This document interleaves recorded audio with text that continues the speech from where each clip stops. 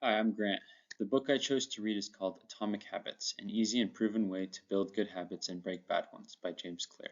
He wrote the book to help others improve their lives by building good habits little by little after having done the same in college. Clear was struck in the face in high school with a baseball bat and went into a coma. After a bunch of surgeries and being cut from the baseball team, he decided to build good small habits as it was the only area of his life he felt he could control. Building lots of small habits helped him to improve physically and mentally and catapulted his baseball career and education. He then started an email blog about habits and it blew up, leading to publication deals and sponsorships. The book is called Atomic Habits, but what does that really mean? Atomic is defined as an extremely small amount of a thing, the single irreducible unit of a larger system, and the source of immense power energy. Habit refers to a routine or practice performed regularly and an automatic response to a specific situation. Therefore, an atomic habit is a small routine change that can have a significant impact on you and in your life. Multiple atomic habits stacked on top of each other build up into a lasting identity change and extraordinary outcomes in your day. Now let's look at some of the main points and lessons from the book. First, Clear wants us to focus on systems and not goals. One of the points he makes is that oftentimes winners and losers have the exact same goals, but they don't set the same systems to help them succeed. A pitcher may have the goal to win the game, but the system is throwing strikes and making hitters miss the ball. An F1 driver may have the goal to be an F1 champion, but the system to get them there is brutal training, trusting your team, having a fast car, and finishing ahead of your opponents. Goals are great, but if you don't have a system to accomplish them, they won't help you. Next is to make identity-based habits.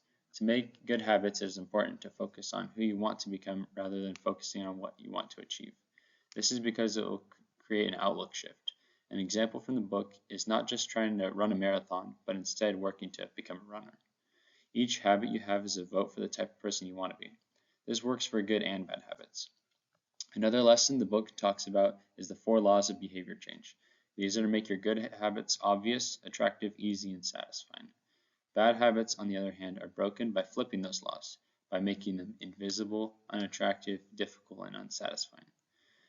Let's look at making good habits obvious. We should design our environment to give us cues for good habits. An example from the book is if you're trying to eat healthier, put a bowl of fruit on the countertop instead of in the corner or in the fridge. Next, we need to make our good habits attractive. The book calls for temptation bundling. This means bundling habits with something you enjoy, like surrounding yourself with the type of people you want to become because you enjoy their company. The next of the 4 laws is to make it easy to make good habits. Put out your clothes the night before, hide the TV remote, and focus on the 2-minute rule. Basically, that's make sure your habits take less than 2 minutes to do. The last rule 4 is to make good habits satisfying. Rewards reinforce habits because of the way our brains are wired, so track habits visually and think of small reward when you finish a good habit task. We also need to remember that our environment shapes our behavior. One of James Clear's best quotes from Atomic Habits is, "You do not rise to the level of your goals, you fall to the level of your systems." If your environment is messy, cluttered, and doesn't motivate you to make good habits, your identity will not form around those habits, but negative ones. Your identity will drive your habits, and your habits will reinforce your identity. To stop bad habits, make sure to reverse or inverse the 4 laws. Make negative habit cues invisible, take them away. Make bad habits unattractive, rethink the consequences of those habits. Make bad habits difficult to reinforce by adding friction to get them, or make completing bad habits unsatisfying by enforcing penalties and keeping accountability with close friends and associates.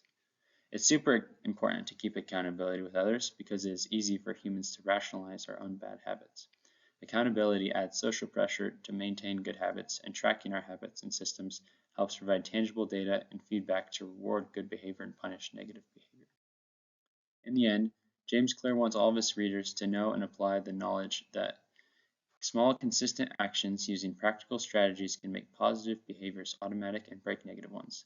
We should all improve our systems for keeping good behaviors and make it more difficult to create and keep bad ones.